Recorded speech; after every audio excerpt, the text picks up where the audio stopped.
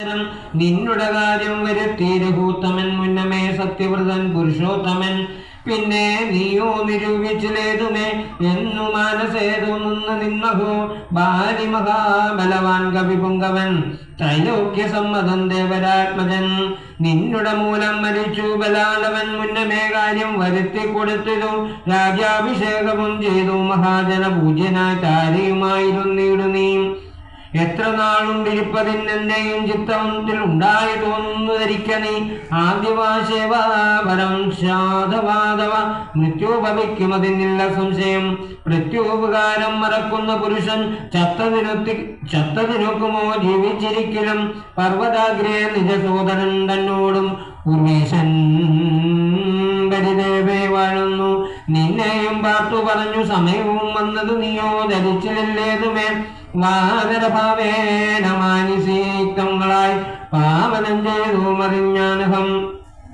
രാപ്പകലമറിയാതെ വസിക്കുന്ന കോപ്പുകൾ അത്രയും നന്നിങ്ങനെ അഗ്രജനായ ശക്രോത്മജനെ പോലെ നിഗ്രഹിച്ചിടും ഭവാനെ എന്തെന്നയും അജ്ഞാനനന്ദനൻ തന്നോട് വാക്കുകൾ കേട്ടഞ്ഞ സാഭീതിയോട് സുഗ്രീവനും ഉത്തരമായവൻ തന്നോട് ചൊല്ലിനാൻ സത്യമത്രേ നീ പറഞ്ഞതു നിർണയം ഇത്തരം ചൊല്ലുമാർക്കുണ്ടെങ്കിലോ പ്രത്യക്ഷനാപത്തുമെത്തുകയില്ലല്ലോ സത്വരമെന്നുടെ ആജ്ഞയോടും ഭവാൻ ഭക്തുദിക്കിങ്കലേക്കും അയച്ചിടണം സപ്തദീപസ്ഥിതന്മാരായ വാനരസത്തമന്മാരെയും വരുത്തുവാനായി ദുതം നേരെ 10,000 കവിവീരരെ പാരാതയ്ക്ക ആ സന്ദേശപത്രത്തോടും പക്ഷത്തിനുള്ളിൽ വരണം കവികുലം പക്ഷം കഴിഞ്ഞു വരുന്നാകിലോ